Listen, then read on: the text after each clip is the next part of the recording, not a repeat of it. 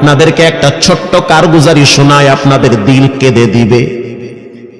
2016 সালের ঘটনা। তখন ঢাকায় মোহাম্মদপুর আমি খতমে তারাবির জন্য 2 জন হাফেজ নিয়োগ দেওয়া হবে কেন্দ্রীয় মসজিদে। অনেক হাফেজে কোরআনরা সিরিয়াল ধরেছে তারাবি পড়াবে।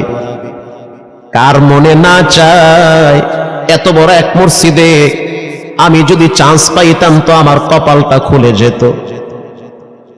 শুক্রবার দিন সবাই দরখাস্ত রাখলো, ইন্টারভিউ শুরু হয়ে গেল। পরের জুমায় অসংখ্য ছাত্রদেরকে দেখছি খতমে তারাবির জন্য ইন্টারভিউ সিরিয়াল দিয়েছে।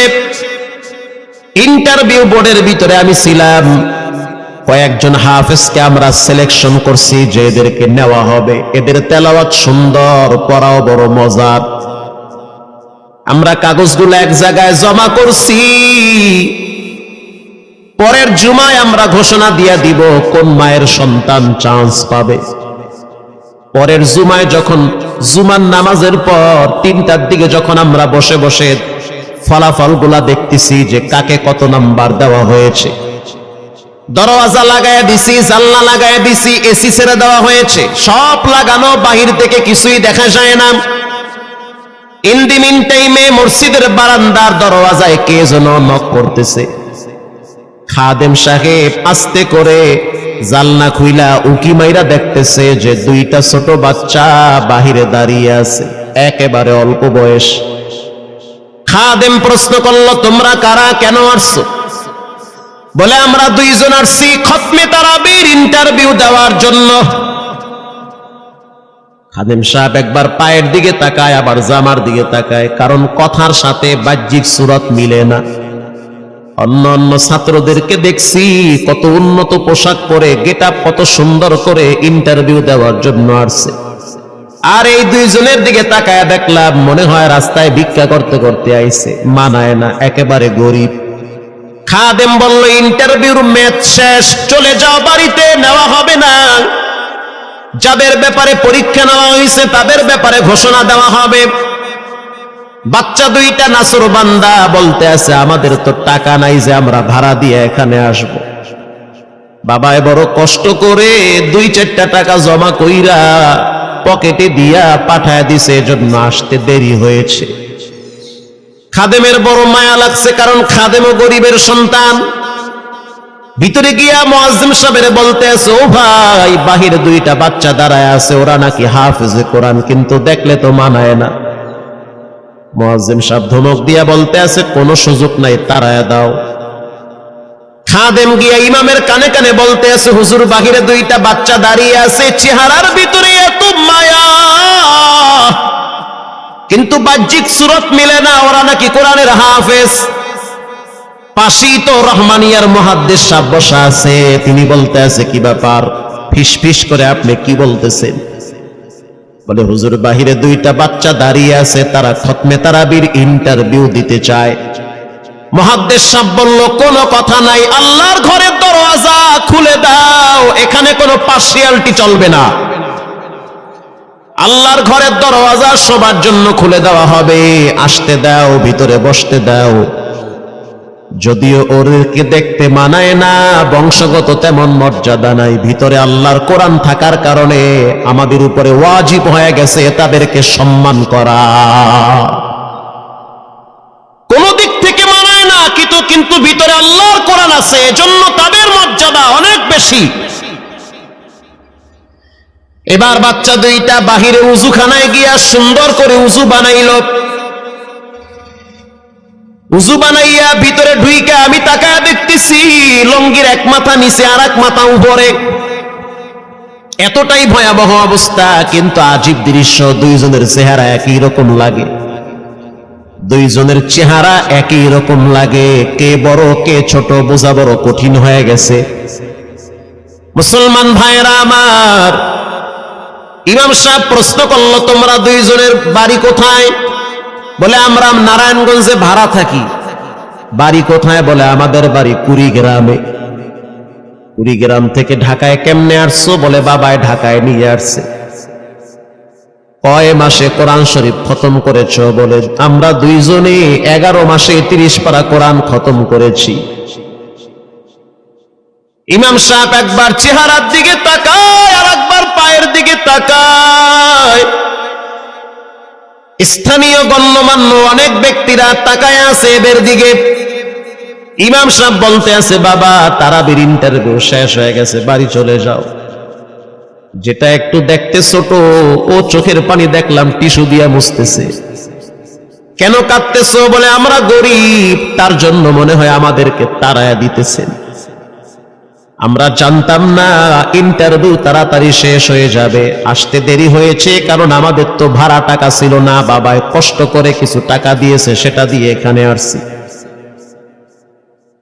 এবার মুহাদ্দিস সাহেব বলতে আছে, তাহলে একটা কাজ করো, তুমি কিছু তেলাওয়াত করে শোনাও। দুইজনেই উত্তর দিল যে আমরা তেলাওয়াত করলে তো আর নিবেন না, আপনারা প্রশ্ন করেন, আমরা দুইজনে উত্তর দিব।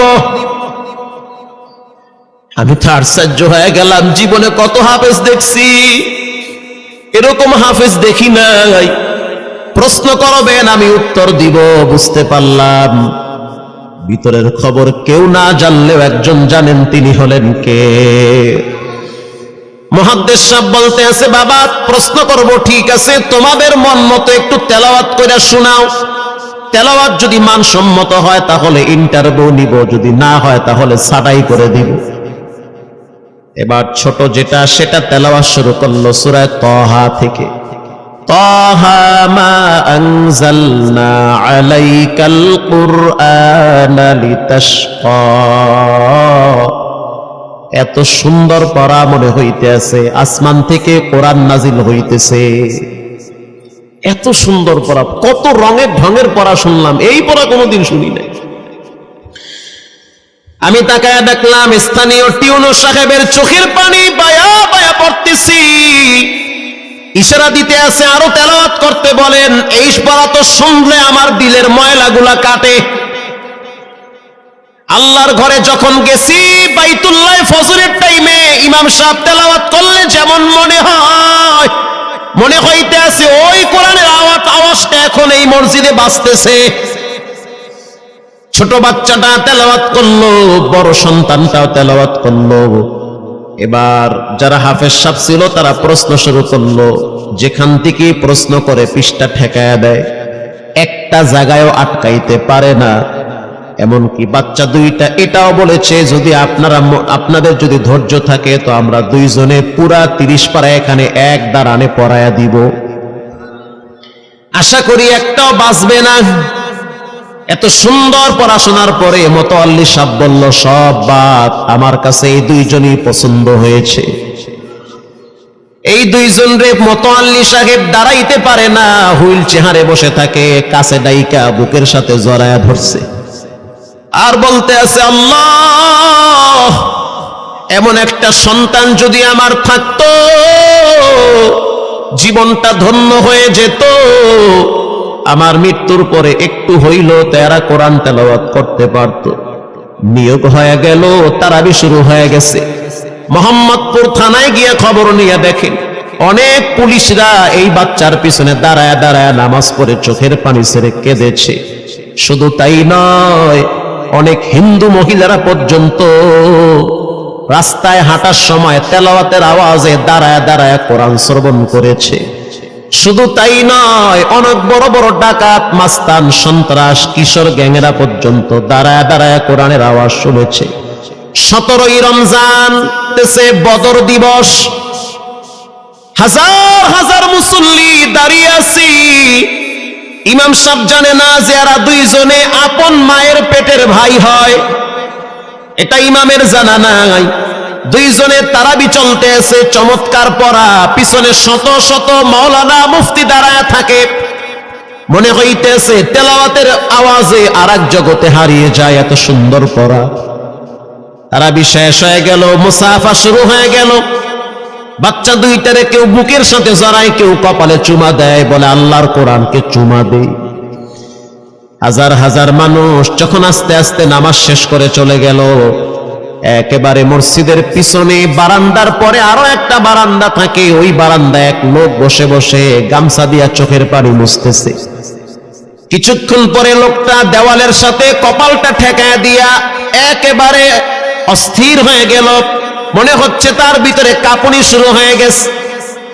কিছু মুসল্লি গিয়ে প্রশ্ন করলো, কি হয়েছে আপনার? বলে আমার কিছুই হয় নাই। টাকা লাগবে? বলে না, টাকা লাগবে না।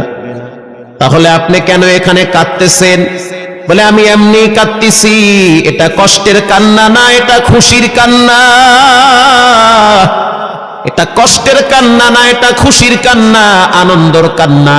আল বুকাউ মিনাল ফারাহ, অতি সুখে মানুষ কখনো কখনো কেঁদে দেয়, চোখের পানি ছেড়ে দেয়। ইমাম সাহেব বলল, পিছনে কে? লোকটা তাকে সামনে নিয়ে আসে। এবার লোকটাকে যখন কিছু দূর সামনে আনা হইল, ওই বাচ্চা দুইটা মসজিদের ভিতর থেকে দৌড় মাইরা গিয়া বলতে আছে, এই লোকটা আমার আব্বা, ইনি আমার আব্বা হয়।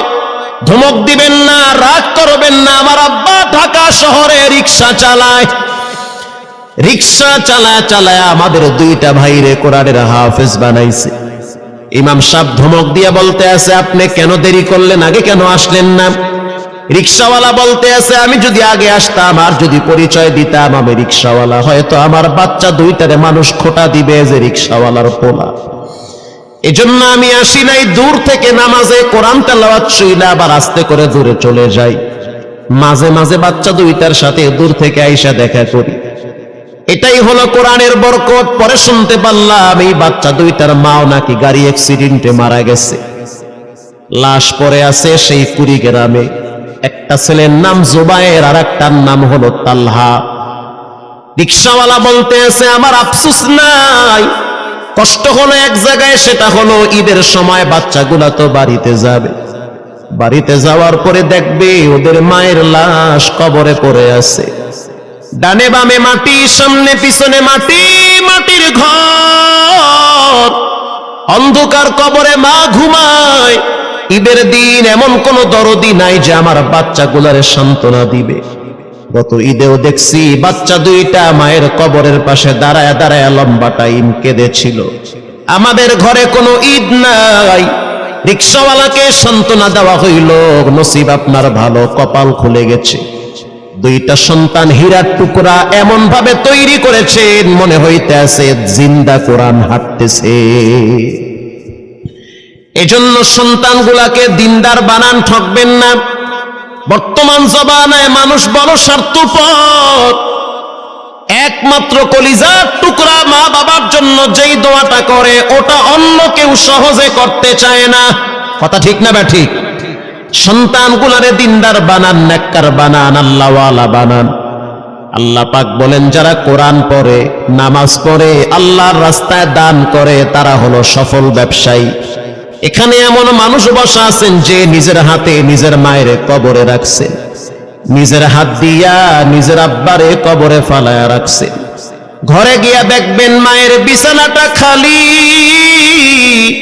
যেই বিছানায় মা ঘুমাইতো সেই বিছানাটা এখন অসহায়ের মতো পড়ে আছে।